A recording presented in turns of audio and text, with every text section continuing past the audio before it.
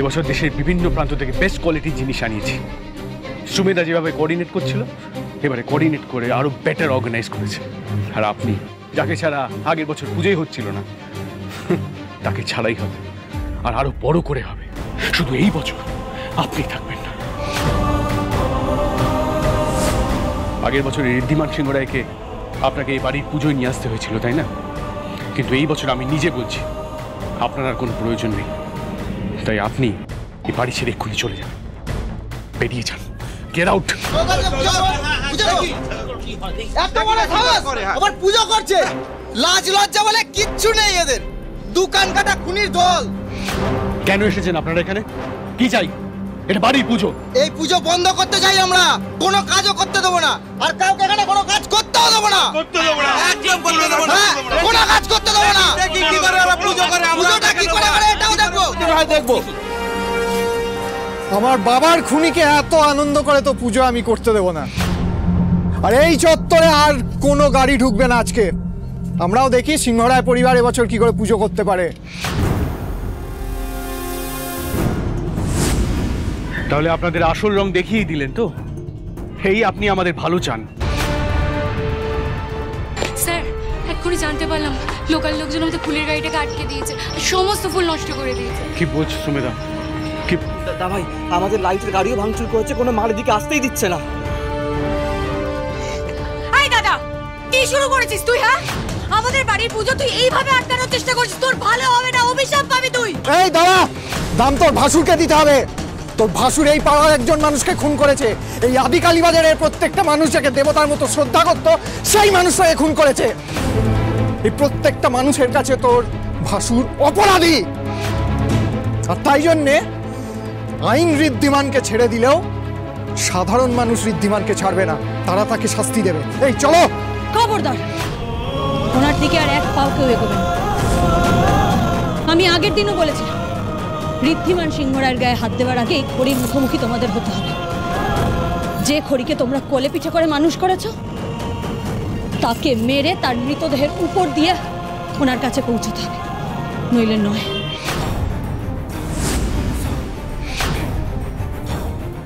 কি হলো, তোমরা থমকে গেলে কেন? তোমরা খড়ির হুমকিকে ভয় পাচ্ছ? ভয় পাচ্ছি না গো অমিত দাদা। আসলে খড়ি মায়ের গায়ে হাত তোলার কথা আমরা স্বপ্নেও ভাবতে পারি না। আমাদের বিপদে আপদে ও বারবার ঝাঁপিয়ে পড়েছে, আমাদের জন্য অনেক করেছে গো। ওর অবদান আমরা কোনোদিনই ভুলতে পারবো না। আমি ভাবছি অন্য কথা, এই ফুল লাইট এগুলো যদি না আসে পুজোটা হবে কি করে? না তো হবে না, তো বলছি তো হবে না। এই পাড়ায় আজকে কোনো তোমাদের গাড়ি ঢুকবে না, বললাম তো। আর একটা কথা মনে রাখো, এই খড়ির জন্য ঋদ্ধিমান আজকে পার পেয়ে গেলেও রোজ রোজ কিন্তু পাবে না। পুজো হবে, 100 বার হবে। তুই হাজার চেষ্টা করেও এই পুজোয় বাধা দিতে পারবি না। আমাদের পুজো তুই নষ্ট করতে পারবি না। তাই নাকি? তো কি দিয়ে পুজো করবি তুই? ভক্তি দিয়ে পুজো হবে। বাইরের লোক, আলো, ফুল কিচ্ছু লাগবে না, আমাদের কোনো আয়োজন লাগবে না। সিংহরায় বাড়ির লোকেরা নিজেরা এবার জগদ্ধাত্রী পুজোর জন্য মণ্ডপ সাজাবে। পুজোতে ভক্তি যথেষ্ট, ওর চেয়ে বড় নৈবেদ্য আর কিচ্ছু হয় না। তোমাদের কাউকে আমাদের প্রয়োজন নেই, আমরা নিজেরা সবটা করব। সিংহরায়রা এক হয়ে থাকলে আমরা একাই যথেষ্ট। এই আদি কালীবাজার একা দাদার আর তোমাদের নয়, কিন্তু আমাদেরও। কাকা, আজ তোমরা যত ইচ্ছে বাধা দাও, এই পুজো তো হবে। আজ 3 বোন এই সিংহরায় পরিবারের পাশে রয়েছে, কারণ আমরা 3 বোন এই সিংহরায় পরিবারের বউ।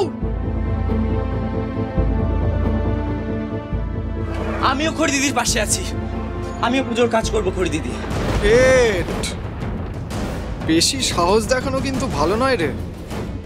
ভেবে দেখ একবার, এরপর এই পাড়ায় থাকতে পারবি তো? আজ দল পাল্টাচ্ছিস তো, তোকেও আমরা দেখে নেবো। আরে হ্যাঁ হ্যাঁ, দেখে নিও। তবে একটা কথা মাথায় রেখো, আমি যখন খেতে পেতাম না, আমার ভালো মন্দ দেখার কেউ ছিল না, তখন তোমরা কেউ আমার পাশে ছিলে না।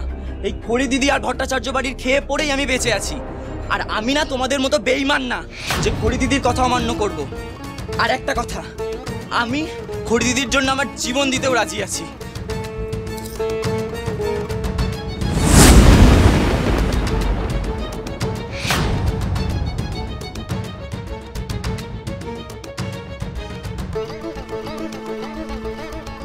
আমিও তোমার পাশে আছি খড়ি। এই পুজোর লাইট আর ডেকোরেশন নিয়ে তোমাকে কিচ্ছু ভাবতে হবে না, আমি সবটা সামলে নেব। তুই সামলে নিবি?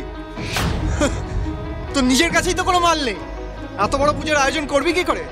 আর তোকেও কেউ মাল দেবে না, সেটা আমি দেখে নেবো।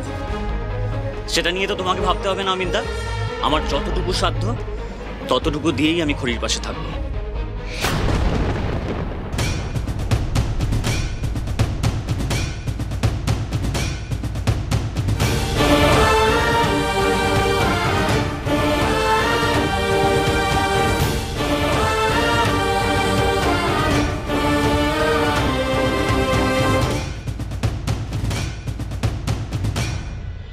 খড়ি কিন্তু আমাদের এই বিপদ থেকে রক্ষা করলো, নইলে আমরা পারতাম না। মা জগদ্ধাত্রী বারবার খড়িকে আমাদের ঢাল করে পাঠান। দেখ, তোদের বাবা ভালো ভালো সুস্থ হয়ে উঠলেই আমার শান্তি। লাইট আর ডেকোরেশন নিয়ে তুমি কোনো চিন্তা করো না, আমি দেখে নিচ্ছি, ঠিক আছে? মেজদি, মেজদি শোন না, তোর সাথে খুব দরকারি কথা আছে। একবার পরে শুনছি বললাম তো। দেখছিস তো কি অবস্থা, কিছু সাজানো হয়নি। কালকের মধ্যে পুরোটা সাজাতে হবে, প্রতিমা চলে আসবে বিকেলের মধ্যে। আমার মাথাটা খারাপ হয়ে যায়। দেখেছো, পুজোর মণ্ডপটাই এখনো সাজানো হয়নি। তার আমি সুমেধাকে রাখি। সুমেধা, হ্যাঁ একটু শোনো না, আমাদের না এইটা আগে সাজাতে হবে, তারপর যেভাবেই হোক আজই মেজদিকে সেদিন রাতের কথাটা আমাকে বলতেই হবে।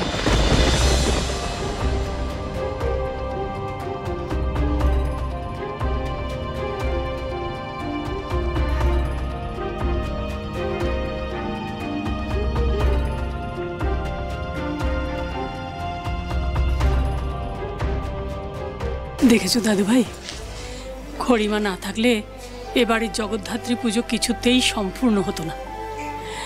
ও সবটা সুন্দর করে সামলে নেবে, সেই জন্যই তো তোমার দাদু ওর ওপর এই পুজোর দায়িত্ব দিয়েছেন।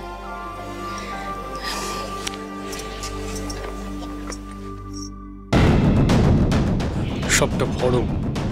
উনি আসলে দেখাতে চান ওনাকে ছাড়া ঋদ্ধিমান সিংহ রায় কতটা হেল্পলেস। আজ এতগুলো মানুষের সামনে আবার ঋদ্ধিমান সিংহ রায়কে উনি বাঁচিয়েছেন, উদ্ধার করেছেন, সেটা ক্রেডিট তো নেবেনই।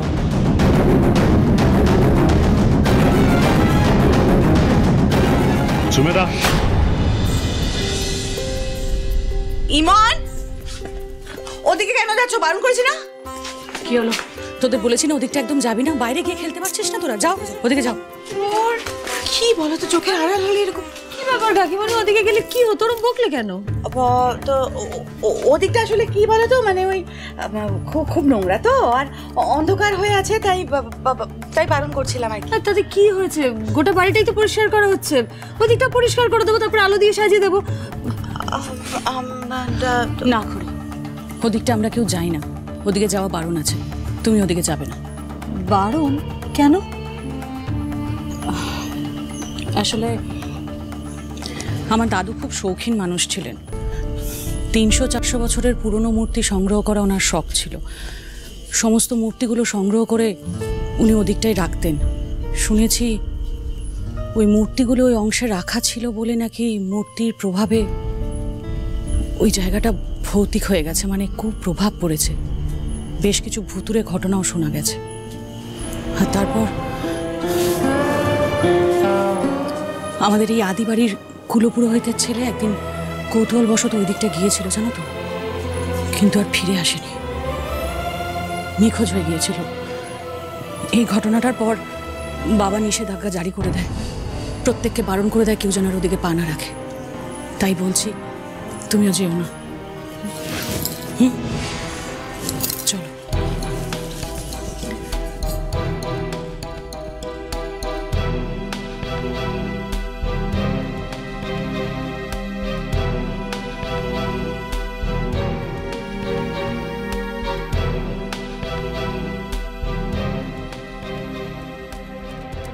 যে বাড়িতে এত বছর ধরে মা জগদ্ধাত্রীর পুজো হয় সেখানে কোনো অশুভ শক্তির ছায়াও তো থাকতে পারে না।